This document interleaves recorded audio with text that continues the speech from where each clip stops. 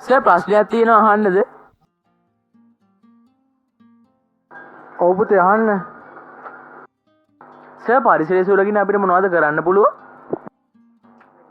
ඔව් පුතේ. ඒක ඉතාමත් හොඳ ප්‍රශ්නයක්. මේකයි දරුවෝ විදිහට පරිසරය ආරක්ෂා කරන්න ඔයාලට ගොඩක් දේවල් කරන්න පුළුවන්. ඔයගොල්ලන්ට ප්‍රධාන වශයෙන් කරන්න පුළුවන් පොඩිම වැඩක් තමයි ගස් හිටවීම. ඊට අමතරව දරුවෝ විදිහට ගොඩක් දේවල් කරන්න පුළුවන්.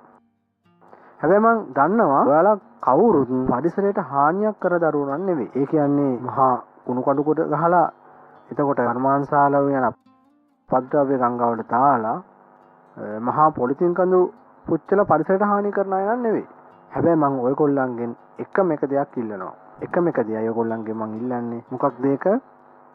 ඔයගොල්ලෝ කන අයිස් පැකට් එකේ කොලය, ඔයගොල්ලෝ කන ටොෆි කොලය, ඔයගොල්ලෝ කන යෝගට් එකේ කප් එක මේ පාසලේ භූමියට, මේ මහා පොළොවට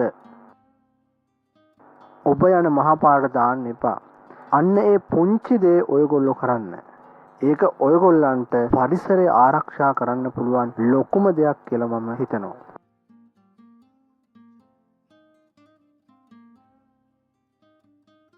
ඔයගොල්ලෝ කන ටොෆි කොලය, ඔයගොල්ලෝ කන යෝගට් එකේ කප් එක මේ පාසලේ භූමියට, මේ මහා පොළොවට ඔබ යන මහා පාරට දාන්න එපා. අන්න ඒ පුංචි දේ ඔයගොල්ලෝ කරන්න. ඒක ඔයගොල්ලන්ට පරිසරය ආරක්ෂා කරන්න පුළුවන් ලොකුම දෙයක් කියලා මම හිතනවා.